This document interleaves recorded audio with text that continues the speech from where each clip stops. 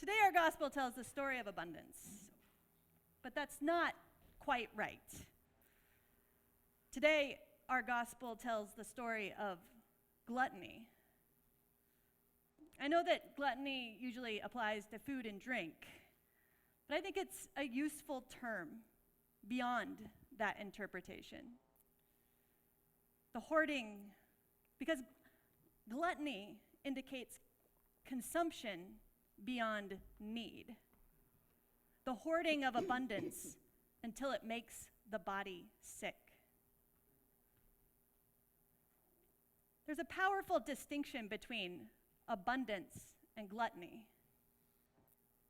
After all, we're told that Jesus came that we may have life and have it abundantly. God created a world in which there is always enough for everyone. Even now, the world has enough food to feed everyone.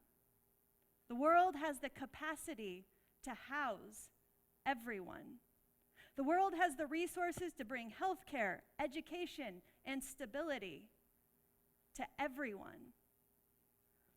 Because that's how God made it, with abundance. The reason people are hungry, unhoused, sick, and struggling to make ends meet is because of gluttony. I think that's the distinction our gospel is making today. God said to the man who had abundance beyond his need, "You fool, this very night your life is being demanded of you." It's usually interpreted as a call to recognize that in the end, you can't take your material abundance with you. It's future looking. When you die, what's going to happen to you and all your stuff? And what does that mean for your eternal soul? Excuse me. But that's actually a skewed translation from the original Greek. The original Greek reads literally, "Fool, in this night your soul they demand from you." So nowhere in the New Testament is God referred to as a they or a them, which is a whole pronoun discussion we can have. And even the Trinity, this kind of plural God, is only referred to in separate parts. So it's not God demanding the rich man's soul in the night when he says, "This night your soul they demand from you." No, it's more likely that the pronoun they refers to the man's abundance of things that are now consuming his attention, even as he lies awake at night. His belongings, his material possessions are pulling his soul away from him. Now, in the present, not in the future, now. So it is with those who store up treasures for themselves but are not rich toward God. But what does it mean to be rich toward God? You all know what I'm going to say already. Because I say it a lot. Because it's what the Torah says, and it's what Jesus doubles down on. Love your neighbor as yourself. If you're concerned for your own well-being, being rich toward God means to be just as concerned for the well-being of your neighbor. In other words, abundance is a gift from God, and how we use our abundance is how we are rich toward God. And how we hoard our abundance is how our soul is pulled away from us.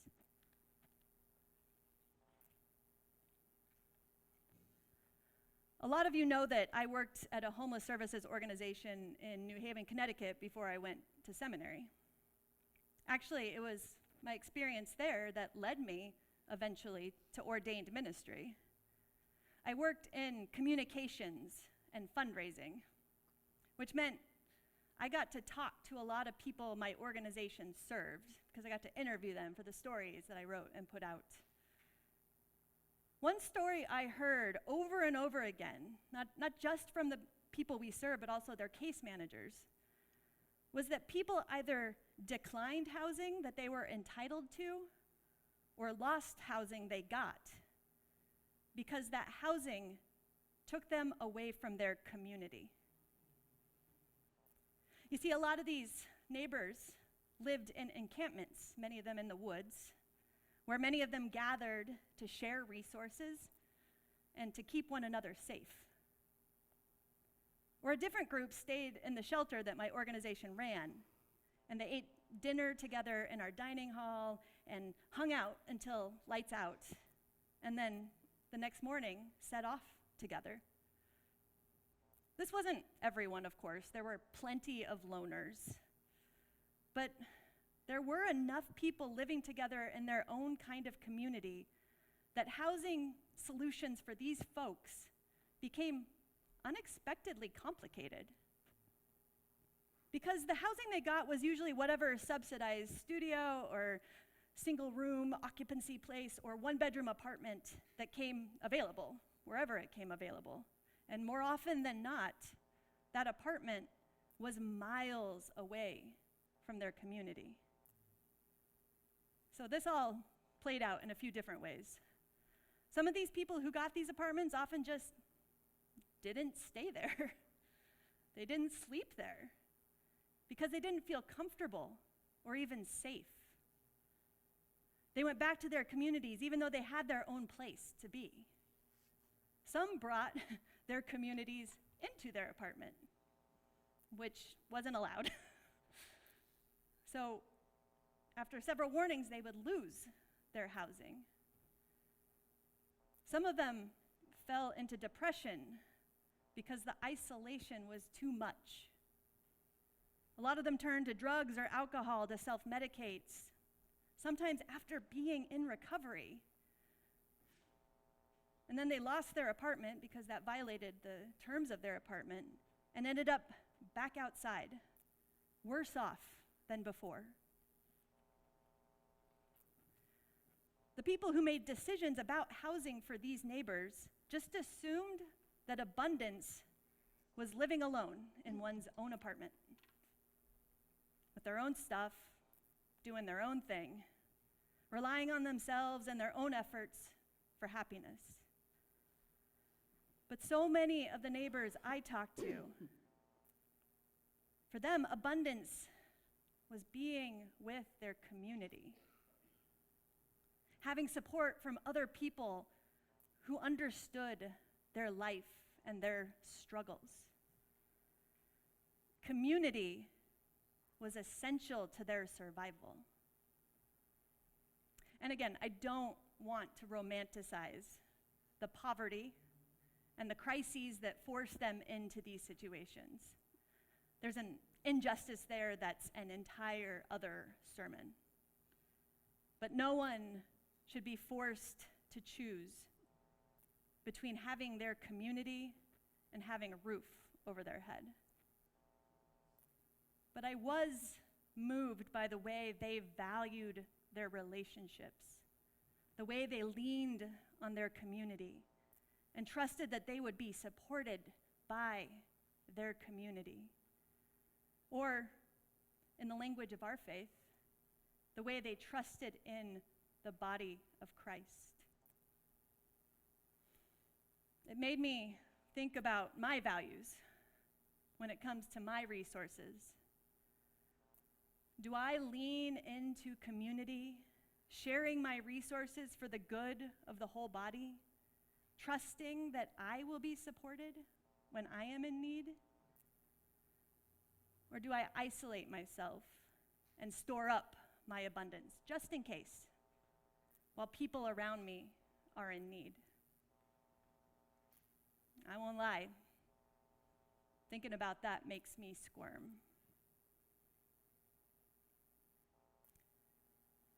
The gospel today is hard. It challenges us to think about where we put our trust, and therefore where we put our abundance. It challenges us to fully step into our faith, to be rich toward God, which means being rich beyond ourselves. And the good news is that we already practice that here at St. Luke's. I'm looking out, and every one of you gives time, skills, money. We practice sharing our abundance here beyond ourselves for this body of Christ. But it is our call to take the love and trust that we learn here and to bring it into every aspect of our life. May it be so.